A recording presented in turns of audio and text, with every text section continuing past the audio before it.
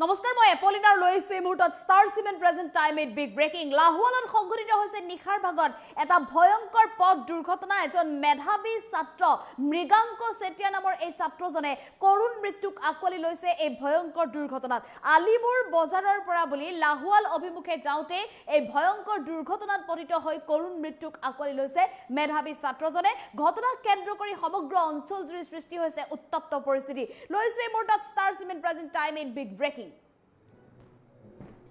ডিব্ৰুগড় লাহোৱালৰ আলিপুৰত ভয়ংকৰ পথ দুৰ্ঘটনা কিছু মুহূৰ্তৰ পূৰ্বে ডিব্ৰুগড় লাহোৱালৰ আলিপুৰত সংঘটিত হৈছে এই ঘটনা ঠিতাতে নিহত হৈছে মৃগাংক চেতিয়া নামৰ এগৰাকী মেধাবী ছাত্ৰ সমগ্ৰ ঘটনা কেন্দ্ৰ কৰি হুকৰ চাহ পৰিছে এতিয়া অঞ্চলজুৰি বাইক আৰোহীৰ সৈতে i20 বাহনৰ সৈতে মুখামুখি সংঘৰ্ষ মটৰচাইকেল আৰোহী আৰু i20 বাহনৰ সৈতে মুখামুখি সংঘৰ্ষ সংকটজনক অৱস্থাত মেধাবী ছাত্ৰ মৃগাংক চেতিয়াক এমচিএইচলৈ প্ৰেৰণ কৰা হৈছিল কিন্তু চিকিৎসালয় নপাওতে কৰুণ মৃত্যুক আকোৱালি লৈছে ছাত্ৰজনে আলিমুৰ বজাৰৰ পৰা লাহোৱাল অভিমুখে আহি থকাৰ অৱস্থাতে সংঘটিত হৈছে এই দুৰ্ঘটনা ভয়ংকৰ দুৰ্ঘটনাৰ পিছতে ৰাজপথত সৃষ্টি হৈছে উত্তপ্ত পৰিস্থিতি যথেষ্ট ব্যস্ততাপূৰ্ণ এটা অঞ্চল আৰু এই ব্যস্ততাপূৰ্ণ অঞ্চলটোতে আচলতে একাংশ বাহনে তীব্ৰ বেগত বাহন চলোৱাৰ বাবে এই কৰুণ দুৰ্ঘটনা সংঘটিত হোৱা বুলি ৰাইজে ক্ষোভ প্ৰকাশ কৰিছে ঘোঁৰামৰা আৰক্ষী উপস্থিত হৈ ইতিমধ্যে ঘটনাস্থলীত তদন্ত অব্যাহত ৰাখিছে আমি পুনৰ জনাইছো এটা ভয়ংকৰ পথ দুৰ্ঘটনাৰ খবৰ কিছু মুহূৰ্তৰ পূৰ্বে ডিব্ৰুগড়ৰ লাহোৱালত সংঘটিত হৈছে এটা কৰুণ পথ দুৰ্ঘটনা এজন মেধাবী ছাত্ৰ মৃগাংক চেতিয়াই কৰুণ মৃত্যুক আকোৱালি ল'ব লগা হৈছে এই দুৰ্ঘটনাটোত আলিপুৰ বজাৰৰ পৰা লাহোৱাল অভিমুখে মৃগাংক চেতিয়া নামৰ যুৱকজন মৃগাংক চেতিয়া নামৰ ছাত্ৰজন আহি আছিল আৰু তেনে সময়তে এখন i20 বাহনৰ সৈতে মুখামুখি সংঘৰ্ষ হৈছিল আৰু এই ভয়ংকৰ পথ দুৰ্ঘটনাতে সংকটজনক অৱস্থাত স্থানীয় লোকে উদ্ধাৰ কৰি মৃগাংক চেতিয়াক লগে লগে ডিব্ৰুগড় অসম চিকিৎসা মহাবিদ্যালয়লৈ লৈ যোৱাৰ চেষ্টা চলাইছিল কিন্তু ডিব্ৰুগড় অসম চিকিৎসা মহাবিদ্যালয় নপাওতে ছাত্ৰজনে মৃত্যুক আকোৱালি লৈছে ঘটনাৰ পিছতে এতিয়া সৃষ্টি হৈছে উত্তপ্ত পৰিস্থিতি এটা ব্যস্ততাপূৰ্ণ অঞ্চলত যান বাহন আৰক্ষীৰ তৰফৰ পৰা পৰিবহণ বিভাগৰ তৰফৰ পৰা যিদৰে ব্যৱস্থা ল'ব লাগে যান বাহন চলাচলৰ ক্ষেত্ৰত তেনেধৰণৰ ব্যৱস্থা নোলোৱাৰ বাবে আজিৰ এই দুৰ্ঘটনা সংঘটিত হোৱা বুলি ৰাইজে ক্ষোভ প্ৰকাশ কৰিছে আৰু এই মুহূৰ্তত আপোনালোকে দৃশ্যাংশ দেখিবলৈ পাইছে কিদৰে সৃষ্টি হৈছে এতিয়া উত্তপ্ত পৰিস্থিতি কিছু মুহূৰ্তৰ পূৰ্বে সংঘটিত হৈছে এই কৰুণ দুৰ্ঘটনা সমগ্ৰ ঘটনা কেন্দ্ৰ কৰি এতিয়া হুকৰ চাহ পৰিছে এই মুহূৰ্তত আপোনালোকে দৃশ্যাংশ দেখিবলৈ পাইছে কিদৰে এখন 4চকীয়া বাহন আৰু i20 বাহনৰ মাজত মুখামুখি সংঘৰ্ষ হৈছিল ক্ষমা কৰিব 4চকীয়া বাহন আৰু এখন মটৰচাইকেলৰ মাজত এই ভয়ংকৰ দুৰ্ঘটনা সংঘটিত হৈছিল এখন 4চকীয়া বাহন i20 বাহনখনে মটৰচাইকেলখনত তীব্ৰ বেগেৰে খুন্দা মাৰিছিল আৰু এফালে মটৰচাইকেল আৰোহী মৃগাংক চেতিয়াই কৰুণ মৃত্যুক আকোৱালি ল'ব লগা হৈছে ঘটনাস্থলীতে আৰু এয়া এটা কৰুণ দুৰ্ঘটনাৰ খবৰ ডিব্ৰুগড় লাহোৱালত সংঘটিত হৈছে এই ঘটনা ডিব্ৰুগড় লাহোৱালত এতিয়া এই ঘটনাৰ পিছতে সৃষ্টি হৈছে উত্তপ্ত পৰিস্থিতি এই মুহূৰ্তত আপোনালোকে দেখিবলৈ পাইছে কিদৰে সৃষ্টি হৈছে উত্তপ্ত পৰিস্থিতি বৰ্তমান বহু সময় ধৰি এই দুৰ্ঘটনাৰ পিছতে বহু সময় ধৰি ৰাজপথ এক প্ৰকাৰ স্তব্ধ হৈ পৰিছিল স্থানীয় ৰাইজে ক্ষোভ প্ৰকাশ কৰিছে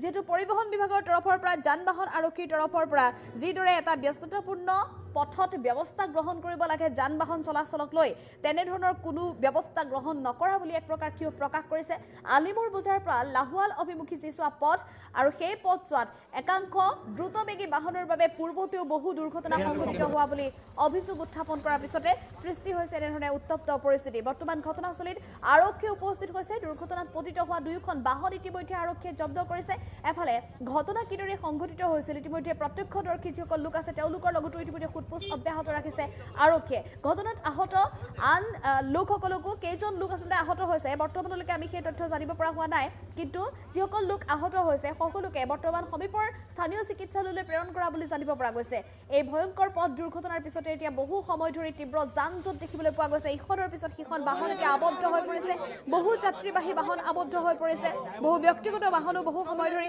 আবদ্ধ হৈ পৰা পৰিলক্ষিত হৈছে সামগ্ৰী কঢ়িওৱা বাহনৰ পৰা আৰম্ভ কৰি যাত্ৰী কঢ়িওৱা বাহন পৰ্যন্ত পৰ্যন্ত বাছ পৰ্যন্ত ঘণ্টাৰ পিছত ঘণ্টা এনেধৰণে আবদ্ধ হৈ পৰিছে লাহোৱালৰ ৰাজপথত। আৰু এই মুহূৰ্তত দৃশ্যাংশ আপোনালোকে দেখিবলৈ পাইছে, এজন মেধাৱী ছাত্ৰৰ কৰুণ মৃত্যুৰ খবৰ। এটা কৰুণ দুৰ্ঘটনাত ছাত্ৰজনে মৃত্যুক আঁকোৱালি লৈছে। মটৰচাইকেল আৰু I-20 বাহনৰ মাজত এয়া মুখামুখি সংঘৰ্ষত কৰুণ মৃত্যুক আঁকোৱালি লৈছে মেধাৱী ছাত্ৰ মৃগাংক চেতিয়াই। আৰু ডিব্ৰুগড়ৰ লাহোৱালত সংঘটিত হৈছে এই ঘটনা। ডিব্ৰুগড়ৰ লাহোৱালত আলিমুৰ বজাৰৰ পৰা লাহোৱাল অভিমুখে আহি আছিল মৃগাংক চেতিয়া নামৰ যুৱকজন, আৰু তাৰ পিছতে I-20 বাহনৰ সৈতে মুখামুখি সংঘৰ্ষ হৈছিল মৃগাংক চেতিয়াৰ। আৰু সেই মুহূৰ্ততে এই কৰুণ দুৰ্ঘটনাত গুৰুতৰভাৱে আঘাতপ্ৰাপ্ত হৈছিল মৃগাংক চেতিয়া। লগে লগে যিসকল প্ৰত্যক্ষদৰ্শী আছিল, অন্যান্য পথাচাৰী আছিল, সকলোৰে সহযোগত মৃগাংক চেতিয়াক ডিব্ৰুগড় অসম চিকিৎসা মহাবিদ্যালয়লৈ প্ৰেৰণৰ বাবে ব্যৱস্থা গ্ৰহণ কৰিছিল। কিন্তু দুৰ্ভাগ্যজনকভাৱে অসম চিকিৎসা মহাবিদ্যালয় নপাওঁতে মৃগাংক চেতিয়াই মৃত্যুক আঁকোৱালি ল'ব লগা ঘটনা সংঘটিত হৈছে। আৰু এই ঘটনাৰ পিছতে সৃষ্টি হৈছে উত্তপ্ত পৰিস্থিতি। ইজনৰ পিছত সিজন লোক এতিয়া ওলাই আহিছে। একাংশ তীব্ৰবেগী বাহন চালকক নাকি লগাবৰ বাবে প্ৰশাসনক ব্যৱস্থা গ্ৰহণ কৰাৰ দাবী উত্থাপন কৰিও অৱশেষত কোনো ধৰণৰ প্ৰশাসনে ব্যৱস্থা গ্ৰহণ নকৰাৰ বাবে ৰাইজ আজি ক্ষোভিত হৈ পৰা পৰিলক্ষিত হৈছে। মৃগাংক চেতিয়াৰ মৃত্যুক লৈ এফালে সমগ্ৰ অঞ্চলজুৰি শোকস্তব্ধ, সমগ্ৰ অঞ্চলজুৰি শোকৰ ছাঁ পৰিছে। আৰু তাৰ মাজতে প্ৰশাসনৰ তৰফৰ পৰা তীব্ৰবেগী বাহন চালকক নাকি নলগোৱাৰ বাবে বা এই ব্যস্ততাপূৰ্ণ এটা এলেকাত কোনো ধৰণৰ যান বাহন চলাচলৰ ক্ষেত্ৰত কোনো কঠোৰ নিয়ম বান্ধি নিদিয়াৰ বাবে এনে দুৰ্ঘটনা সংঘটিত হোৱা বুলি অভিযোগ উত্থাপন কৰি উত্তেজিত হৈ পৰা পৰিলক্ষিত হৈছে ৰাইজ। আৰু এফালে দুৰ্ঘটনাৰ পিছতে সৃষ্টি হোৱা উত্তপ্ত পৰিস্থিতিৰ বাবে বহু সময় ধৰি তীব্ৰ যান-জঁট সৃষ্টি হৈছিল সেই পথছোৱাত। সামগ্ৰী কঢ়িওৱা বাহনৰ পৰা আৰম্ভ কৰি যাত্ৰী কঢ়িওৱা বাহন পৰ্যন্ত বহু সময় ধৰি আবদ্ধ হৈ পৰা পৰিলক্ষিত হৈছিল।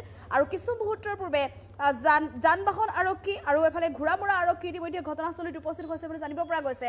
যান বাহন আৰক্ষী আৰু ঘোঁৰামৰা আৰক্ষীৰ উপস্থিতিত পৰিস্থিতি নিয়ন্ত্ৰণলৈ আহে আৰু বৰ্তমান পথ মোকলাই দিবলৈ সক্ষম হৈছে আৰক্ষীয়ে।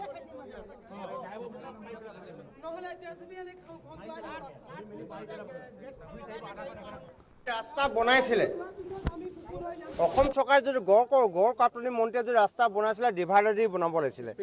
আগতে যিখিনি সৰু ৰাস্তা আছিলে মানুহ এক্সিডেণ্ট হোৱা নাছিলে।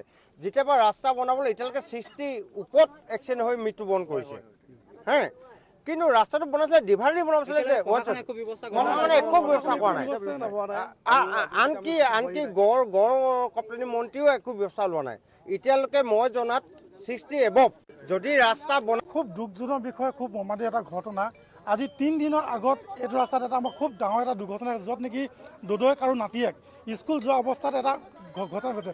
সম্পূৰ্ণ মেৰিষ্টেট আহি এই ৰাস্তাত আৰক্ষী প্ৰশাসন লৈ কিনে ভিজিট মাৰিলে। আমি এটা দাবী কৰিছোঁ অতি শীঘ্ৰে ইয়াত আমাক স্পীড ব্ৰেকাৰ লাগে, যিহেতু নেকি ইয়াত সপ্তাহ দিন হ'ব নহয়, সপ্তাহ দিনৰ মূৰত সদায় এটা এক্সিডেণ্ট হৈ থাকে। কিন্তু আজিলৈকে আৰক্ষী প্ৰশাসন বা PWD বা কোনোৱে এটা ইয়াত ৰাস্তাখনে স্পীড ব্ৰেকাৰ কোনো এতিয়ালৈকে পদক্ষেপ লোৱা নাই। যদি আজি অতি শীঘ্ৰে যদি ইয়াত স্পীড ব্ৰেকাৰ যদি পদক্ষেপ নলয় আৰু কোনো ইয়াৰ পৰা কিন্তু আমি আঁতৰি নাযাওঁ। মৃগাংক চেতিয়া আজি দুৰ্ঘটনাত এনেকুৱা এটা অৱস্থা হ'ল বুলি শুনি মই আহিলোঁ, দেখিলোঁ। আগতো আজি 3-4 দিনৰ আগত এনেকুৱা এটা ঘটনা হৈ গৈছে। গাঁৱৰে আমাৰ অখিল গগৈ তেওঁৰ নাতিয়েক থ'বলৈ আহোঁতে এক্সিডেণ্ট হৈছিলে। আজিও মোৰ ককাই ল'ৰাটো এক্সিডেণ্ট হৈছে। মই মাননীয় মুখ্যমন্ত্ৰী ডাঙৰীয়া দেৱলৈ অনুৰোধ কৰোঁ যেন আমাৰ গাঁৱৰ আলিমূৰত স্পীড ব্ৰেকাৰকেইটা অতি শীঘ্ৰে দিয়ে যেন, আৰু আমাৰ যি PWD যি মিনিষ্টাৰ আছে তেখেতসকলেও যেন অতি শীঘ্ৰে এই বিষয়ে মাত মাতিবলৈ অনুৰোধ জনোৱা হ'ল।